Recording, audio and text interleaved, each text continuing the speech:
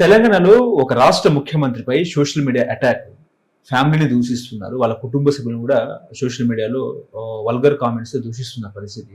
నిన్న సీఎం కూడా అసెంబ్లీలో ఫీల్ అయినారు. అసలు ఏ ముఖ్యమంత్రి కూడా ఇలాంటి దూషణలు అంటే ఎదుర్కోలేదు, నేను ఎదుర్కొన్నాను అధ్యక్ష అన్నట్టు కూడా ఆయన మాట్లాడినారు. ఏం చెప్తారు సార్? సోషల్ మీడియాకు ఒక కట్టడి ఉండాలంటారా? ఎవరు జాతిపిత, ఎవరు భూతపిత, ఇది కూడా చర్చ ఇది తెలంగాణలో. జాతిపిత కేసీఆర్ ఎలా అవుతాడు? జాతిపిత అంటే మహాత్మా గాంధీ. లక్ష్మణ్ బాబు అసలు ఏనాడు మద్యం అంటుకోలేదు. అసలు ఆయన కోసమే, గాంధీ కోసమే కదా గుజరాత్ లో కూడా మద్య నిషేధం అమలు చేస్తోంది. ఈయన అసలు మందు వాసన లేదు, ఈయన నిద్రపోడు అంటూ కేసీఆర్ పైన నిన్న స్టేషన్ గన్పూర్ లో చేసిన విమర్శలు. జాతిపిత అయితే గీతే కొండా లక్ష్మణ్ బాపూజీ, ప్రొఫెసర్ జయశంకర్ వాళ్ళు కానీ కేసీఆర్ ఎలా అవుతాడు? 1,00,000 కోట్లు కొల్లగొట్టాడంటూ కేసీఆర్ మీద దుమ్మెత్తి పోశారు ముఖ్యమంత్రి రేవంత్ రెడ్డి. కానీ రేవంత్ రెడ్డి కూడా ఒక ముఖ్యమంత్రి హోదాని మరి తగ్గించుకునేలాగా ఆయన భాష ఉండకూడదు. ఎందుకంటే తనకేంటి, తనకున్నటువంటి ఆ చరిష్మా, లేకపోతే ఆయన ఫ్యాన్స్, రేవంత్ రెడ్డికి ఉన్నటువంటి ఆ అభిమానులను సంతృప్తి పరచడం కోసం మరి కేసీఆర్ని తిట్టడమే ఇదిగా పెట్టుకుంటే, ఇప్పుడు ఆయన ముఖ్యమంత్రి, గతంలో ప్రతిపక్ష నాయకుడు, కాంగ్రెస్ పార్టీ అధ్యక్షుడిగా ఉన్నాడు. ఇప్పుడు కాంగ్రెస్ పార్టీ అధ్యక్షుడు ఇంకొకళ్ళు ఉన్నారు, అతను మాట్లాడచ్చు.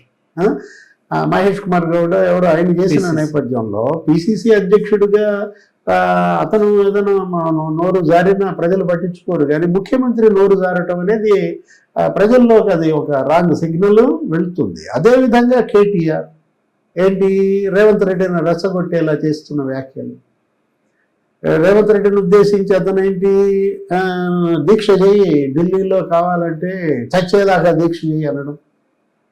ఆమరణ దీక్ష చెయ్యి అని అడగచ్చు, కానీ నువ్వు చచ్చేదాకా దీక్ష చేయి అంటే నువ్వు చావాలన్న కోరిక కేటీఆర్లో కనపడుతోందన్న వెళుతోంది సంకేతం. ఇప్పుడు దానికి స్పందనగానే రేవంత్ రెడ్డి అసెంబ్లీలో బరస్ట్ అయినట్టున్నాడు. ఏమని, ఒకప్పుడు స్ట్రెచర్ ఉండేది కేసీఆర్కి, ఆ స్ట్రెచర్ కాస్త స్ట్రెచర్ మీదకి వచ్చాడంటే కాళ్ళు ఇరిగి హాస్పిటల్లో చేరటం. అసలు స్ట్రెచర్ రేపొద్దున పోస్ట్ మార్టం అవుద్దా అంటే మార్చురీకి వెళ్తారా అన్న మాటలు, ఆ స్ట్రెచర్ ఆ మార్చురీ పదప్రయోగం కూడా అనవసరం.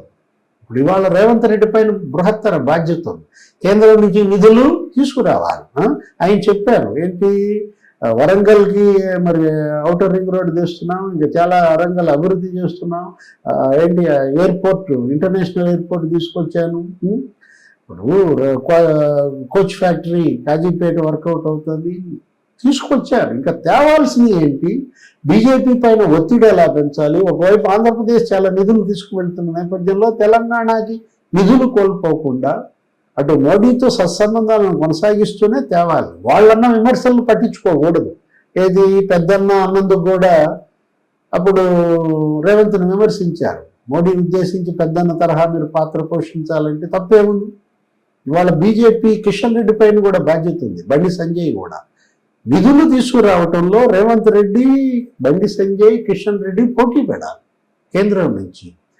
బీజేపీ ఇవాళ ప్రత్యామ్నాయ వ్యవస్థగా ఇక్కడ పార్టీగా అసలు ముఖ్యమంత్రి అవుదాం అనుకుంటున్నారు. మొన్న కూడా వాళ్ళు ఏమన్నారు, 8 ఎమ్మెల్యే సీట్లు 8 ఎంపీ సీట్లు అయ్యాయి, 8 ఎంపీ సీట్లు 80 ఎమ్మెల్యే సీట్లు కావాలన్నారు. అలా జరగాలంటే కేంద్రం నుంచి నిధులు తెలంగాణకి బలంగా వస్తే అప్పుడు వాళ్ళు చెప్పుకోవచ్చు, ఏది బీజేపీ కూడా మేము ఇన్ని నిధులు తీసుకొచ్చాం, వరంగల్ ఇవన్నీ మేమే తెచ్చాం. మొన్న రామ్మోహన్ నాయుడు కూడా అన్నారు కదా, ఏంటి అవుటర్ ఎయిర్పోర్ట్, ఇంటర్నేషనల్ ఎయిర్పోర్ట్ తీసుకురావటం అనేది గొప్ప అచీవ్మెంట్. చూడాలి ఏం జరుగుతుంది. నమస్తే.